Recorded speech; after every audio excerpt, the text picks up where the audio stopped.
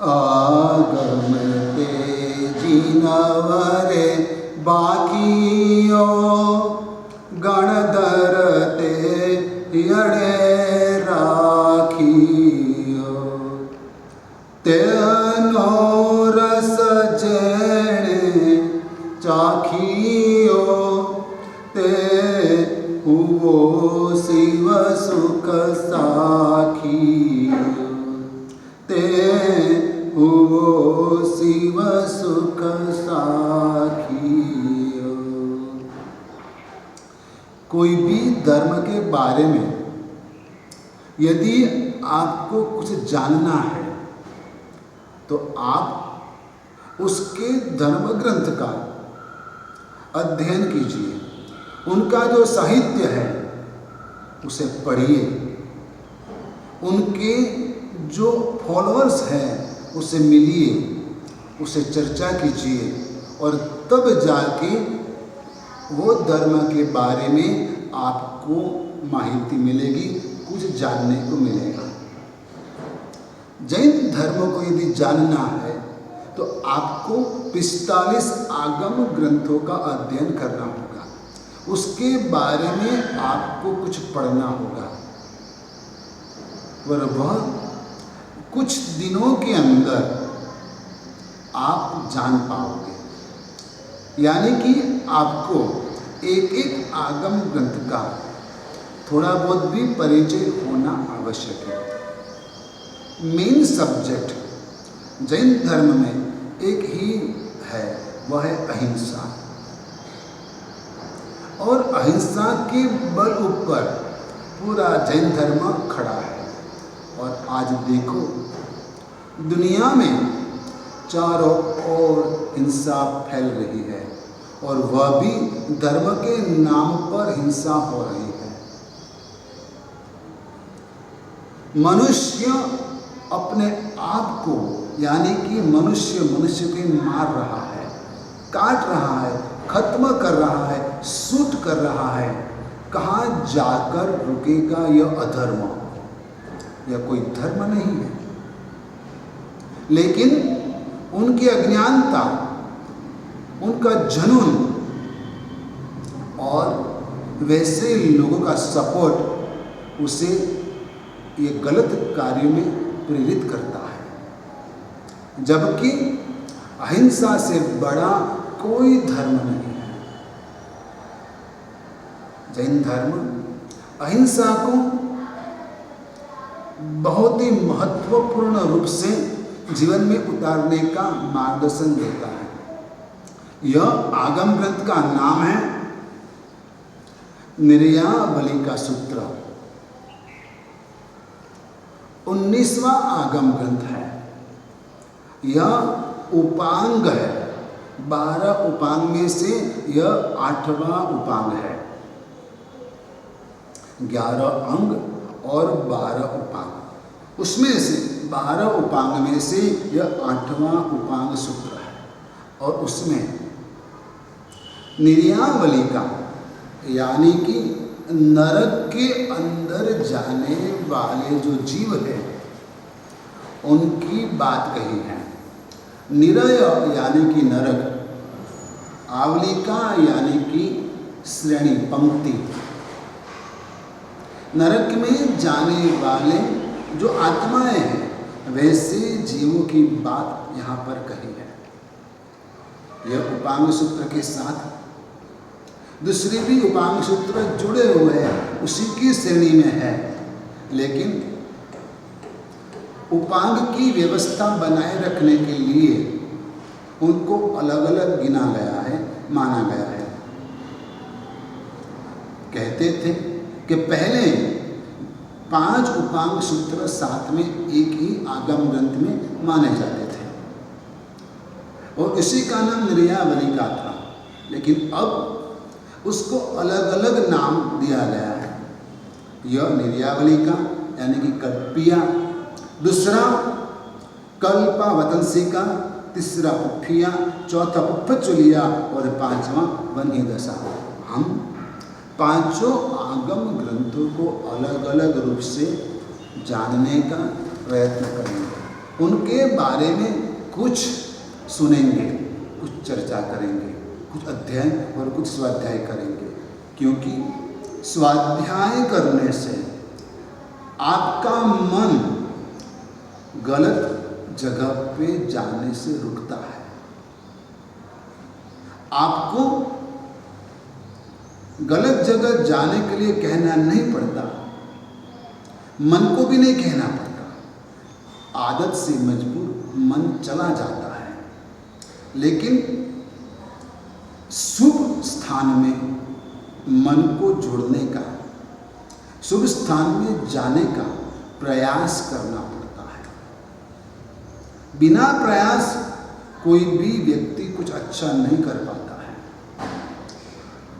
जब शुभ कार्य करने की आदत हो जाती है तब आत्मा मोक्ष मार्ग के प्रति आगे कदम रख सकता है। लेकिन जब तक शुभ कार्य करने की हमें आदत नहीं आती है तब तक हमें प्रयास करते रहना पड़ेगा। पढ़ाई के लिए स्कूल कॉलेज की आवश्यकता है, लेकिन बच्चे गालियां यूं ही सीख लेते हैं। उनके लिए कई क्लासेस नहीं करने पड़ते। ठीक वैसे हमारे मन को शुभ में प्रवृत्त रखने के लिए बहुत ही प्रयास करना पड़ता है। मन चंचल है, मन मलिन है, मन अस्थिर है, मन के अंदर कूड़ा कचरा भरा हुआ है। लेकिन याद रखना, जिस कुएं के अंदर कूड़ा कचरा भर दिया जाता है उस कुएं में कभी शुद्ध जल भरना मुश्किल हो जाता है। और इसलिए कुआं भले खाली रहे वह मंजूर है, सूखा रहे वह मंजूर है, लेकिन कूड़े कचरे से भरा हुआ नहीं होना चाहिए। क्योंकि कुआं खाली होगा, कुआं सूखा होगा और उस वक्त कभी कभार कोई संजोग से पानी आ जाएगा, बारिश आ जाएगा, तो कुआं पानी के लिए उपयोग में आएगा।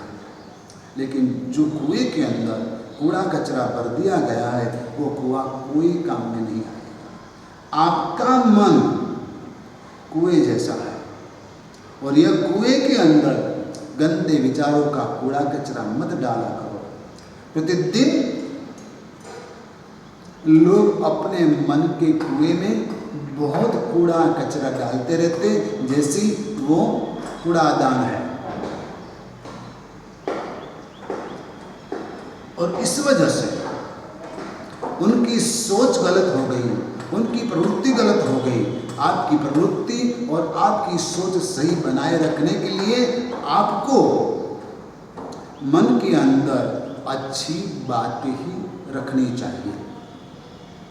मन में क्या जाने देना है वो आपके ऊपर आधारित है।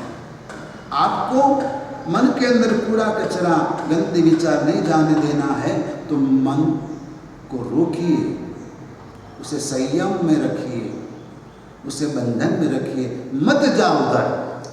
और जहाँ से शुभ प्राप्ति होती है वहाँ पर जाकर बैठ। इसलिए धर्म ग्रंथों का अध्ययन, उनका स्वाध्याय, उनका श्रवण हमें शुभ विचारों से जोड़ के रखता है। हमारी आत्मा कल्याण की बातें यहाँ से मिलती है। चाहे कुछ साल के लिए लोग मौज मजाक कर लेते हैं, लेकिन आखिरकार उनको धर्म की शरण में आना पड़ता है और आना ही चाहिए। मनुष्य को यदि कोई बचाएगा तो सिर्फ मात्र एक ही धर्म बचाएगा, धर्म के अलावा और कोई उसे बचा नहीं पाएगा। निर्यावली का सूत्र यानी कि नरक में जाने वाले पंक्तिबद्ध जो आत्माएं थी उनकी बात करता है। वो आत्माएं नरक में क्यों गई? उन्होंने गलत किया इसलिए गई, उन्होंने पाप किया इसलिए गई, उन्होंने गलत में साथ दिया इसलिए गई, उन्होंने हिंसा की इसलिए गई। आप गलत न करें, गलत कार्य में साथ मत दें और हिंसा से बचे, अहिंसा का पालन करें, तब आप नरक में जाने से बचोगे। नरक बहुत ही दुखदायी जीवन है वहाँ का, बहुत ही कष्टदायी जीवन है वहाँ का। यहाँ थोड़ा सा भी दुख दर्द झेल नहीं पाते हो, वहाँ जीवन भर दुख दुख और दुख झेलना पड़ेगा, पीड़ाएं सहनी पड़ेगी, त्रासदी सहनी पड़ेगी।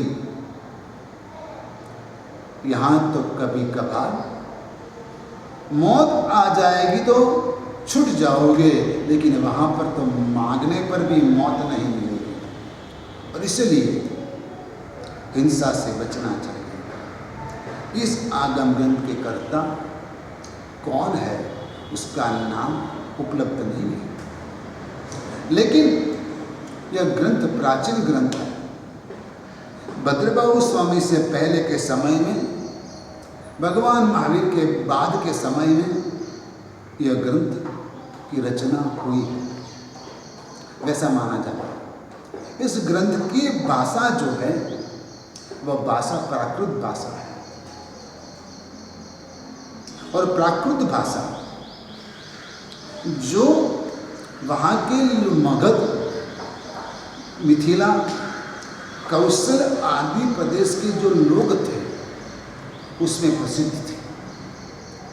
और वैसी प्रसिद्ध भाषा के अंदर इस आगम ग्रंथ की रचना हुई।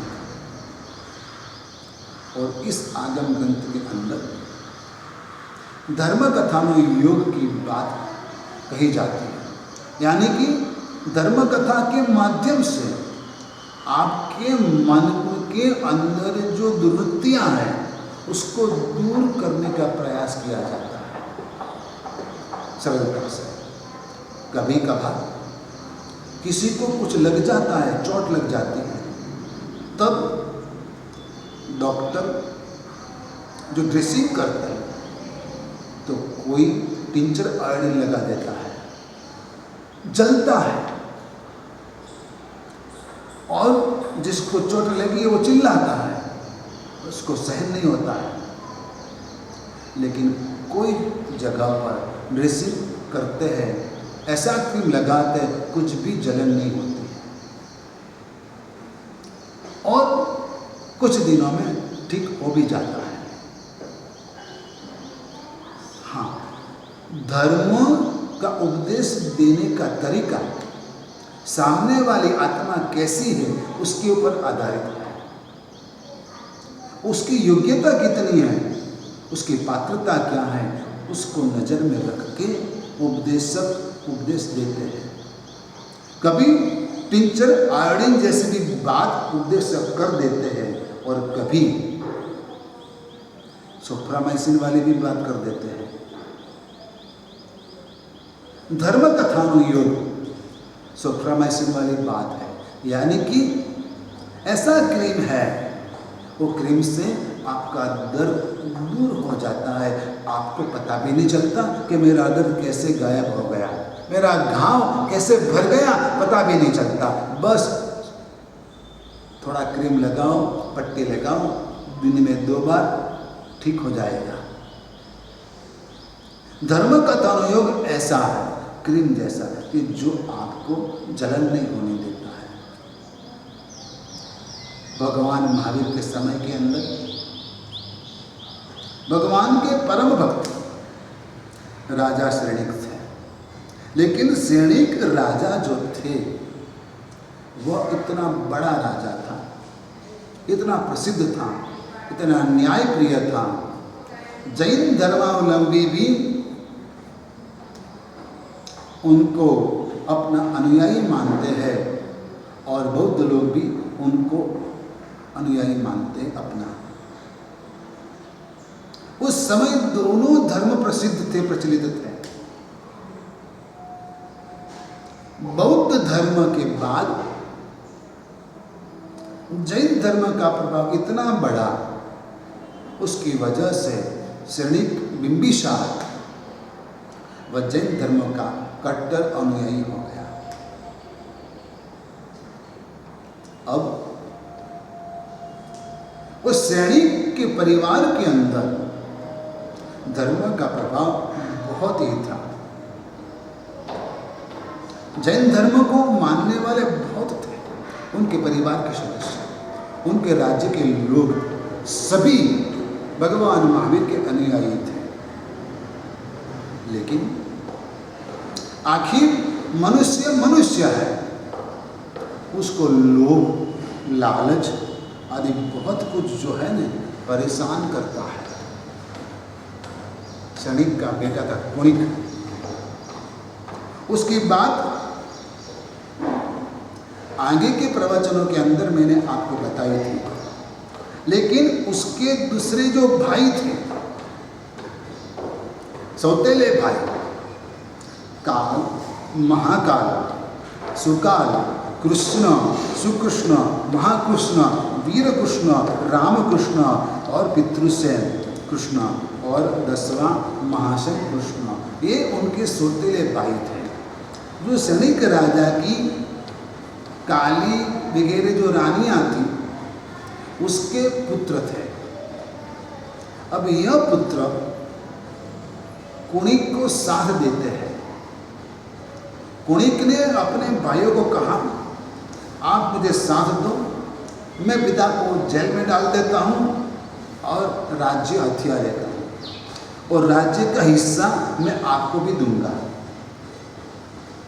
वैसा कह के उसने अपने भाइयों को अपने साथ में ले लिया और अपने पिता को कैद में डालकर कुणिक ने राज्य हड़प लिया और अपने भाइयों को भी राज्य का हिस्सा दे दिया। अब सब अपने अपने राज्य में सुखी हैं, व्यवस्था बनाकर चल रहे हैं, लेकिन मनुष्य को संतोष कहाँ? क्षणिक के दूसरे पुत्र थे हल्ल और विहल्ल। क्षणिक राजा ने, उनका एक प्यारा सा हाथी था, चहिता।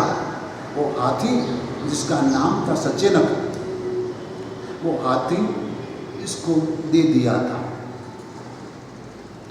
विहल्ल को। और एक बड़ा सोने का हार था जिसकी 18 सेरा हार के नाम से प्रसिद्धि थी।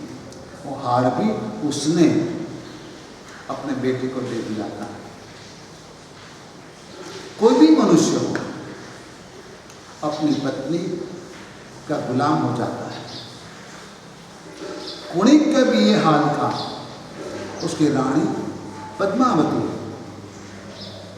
उसको ईर्ष्या आई कि सबसे बड़े मेरे पति और सभी को राज्य मेरे पति ने दिया, मैं महारानी, मैं पटरानी, और ये सचेनक हाथी जैसा रत्न जैसा हाथी हमारे पास नहीं और किसी के पास। इतना बढ़िया हार वो भी हमारे पास नहीं। उसने कुणिक को उस्काया, कैसे भी करके मुझे यह हाथी और यह हार चाहिए। सचेनक हाथी ऐसा था कि जो विहल्ल की पत्नी आदि को जल क्रीड़ा करने के लिए ले जाता था, कुशल था, शिक्षित था, और इसलिए वह हाथी पानी से विहल्ल की पत्नियों को स्नान कराता था। अपनी सूंड में पकड़ के अपने ऊपर बैठा देता था।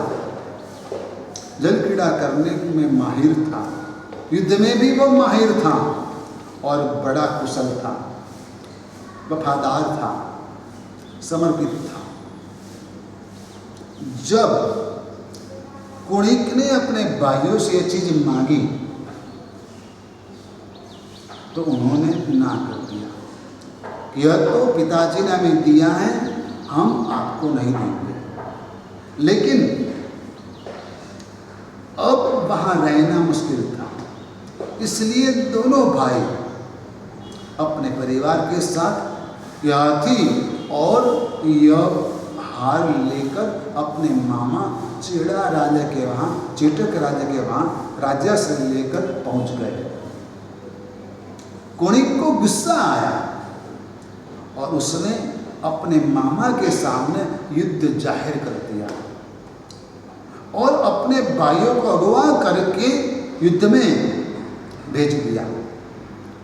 काल, महाकाल, कृष्ण वगैरह जो थे, वीर कृष्ण, रामकृष्ण, महाकृष्ण, पितृसेन कृष्ण, महासेन कृष्ण, ये सभी को युद्ध में भेज दिया।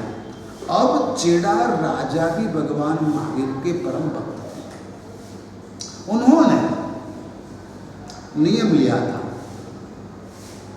कि जब तक मेरे ऊपर कोई हथियार नहीं उठाता है तब तक मैं उनके सामने कोई हथियार नहीं उठाऊंगा। युद्ध टालने का ही मैं प्रयास करूंगा, क्योंकि हिंसा वह तो अधर्म है। मुझे युद्ध पसंद नहीं है, मुझे युद्ध नहीं चाहिए, लेकिन फिर भी यदि कोई जबरन युद्ध करने के लिए आता है तो पूरे दिन में एक ही बार मैं तीर चलाऊंगा। कितना? एक ही बार। और चेड़ा राजा इतने निष्णात थे कि उसका एक तीर भी खाली नहीं जाता था। अब यह कुणिक ने अपने भाइयों को युद्ध के लिए भेजा है और चेड़ा राजा स्वयं युद्ध में आते हैं, सैन्य में जुड़ते हैं, लेकिन सिर्फ संचालन करके तीर नहीं चलाते। सामने वाले दुश्मनों को पता था कि चेड़ा राजा के नियम क्या है और इसीलिए वो लोग चेड़ा राजा को मजबूरन उसकाते थे। लेकिन चेड़ा राजा स्वस्थता से युद्ध का संचालन करते थे, लेकिन दिन में एक तीर चलाते थे। वो एक तीर सामने वाले सैन्य के जो मुख्य नायक रहता है उसको ही खत्म कर देते थे। 10 दिन तक युद्ध चला, 1 करोड़ से ज्यादा सैनिक की हत्या हुई और उसमें रोज एक एक करके एक एक भाई मारे गए। कुणिक के हिंसा के कटु परिणाम के अंदर मरे। कितना क्रोध होगा, दूसरे को मार डालने के लिए कितना गुस्सा चाहिए, और ऐसे गुस्से में वह भाई, कुणिक के सभी भाई मर गए और मर के नरक में गए और वहां बहुत ही दुख, कष्ट और पीड़ा वो सहन कर रहे हैं। आखिर युद्ध किस चीज के लिए था? जब सचेनक को पता चला कि अब मेरा जीना मुश्किल है और वह अपने मालिक को छोड़कर कहीं जाना नहीं चाहता था, इसलिए वो कुणिक के अधीन होना नहीं चाहता था, तो सचेनक हाथी अपने आप खाई में गिर के मर गया, लेकिन कुणिक के हाथ वो नहीं गया। एक हाथी भी समझता है कि अच्छे व्यक्ति के पास रहना चाहिए। जो गलत लोग हैं, गलत कार्य करने वाले, झूठ की राह पर चलने वाले हैं, माया, छल और प्रपंच करने वाले हैं, उसके साथ जीने से तो मरना अच्छा है। जब सचेनक मर गया और युद्ध के इतने दारुण परिणाम देखे तो हल विहल भी आखिर तो भगवान महावीर के अनुयायी थे। उन्होंने सोचा ऐसे संसार में रहकर क्या फायदा? इतनी सी चीज के लिए इतना बड़ा युद्ध, इतने लोगों की हत्या, इतना खून बहाना उचित नहीं है। उनको दिल के अंदर वैराग्य भाव पैदा हुआ, संसार के प्रति नफरत पैदा हो गई। धिक्कार है ऐसे संसार को कि जो इतनी सी चीज के लिए भी युद्ध करते हैं। और देखो आप, कोई भी बड़ा झगड़ा हो, उसके मूल के अंदर एक छोटी सी बात ही होगी, और छोटी सी बात को लेकर ही लोग लड़ते हैं, झगड़ा करते, मारा मारी करते, एक दूसरे का खून कर देते। बात में कुछ नहीं होता है, बात बहुत छोटी होती है। इतनी सी चीज के लिए भी झगड़ा हो जाता है। परिवार के अंदर होता है, समाज के अंदर होता है, देश और दुनिया के अंदर भी होता है। ऐसा छोटी सी बात में बात बड़ी बन जाती है। इसलिए आप कोई भी बात को बढ़ावा मत दे, छोटी ही रहने दे, तो आप सुखी रहोगे। हल्ला विहल्ला आखिर भगवान के पास आकर दीक्षा लेते हैं, और वह संयम जीवन की आराधना करके सर्वार्थ सिद्ध विमान में गए। और कुणिक जिसने युद्ध करवाया वह मर के 6ठी नरक में गया। 7 नरक है, वह 6ठी नरक में गया। और काल कुमार वगैरह जो बाकी के उनके भाई थे वह 4थी नरक में गए। एक से बढ़कर एक नरक ज्यादा खतरनाक है। पहली नरक से दूसरी नरक में पीड़ा ज्यादा, दूसरी से तीसरी में ज्यादा, वैसे 7वीं में सबसे अधिक पीड़ा इस आत्मा को भुगतनी पड़ती है।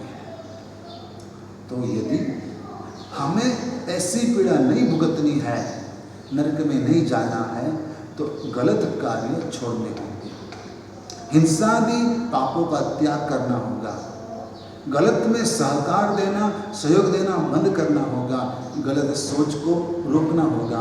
हम उस मार्ग पर चले जिससे हमारा कल्याण, धर्मलाभ, आशीर्वाद।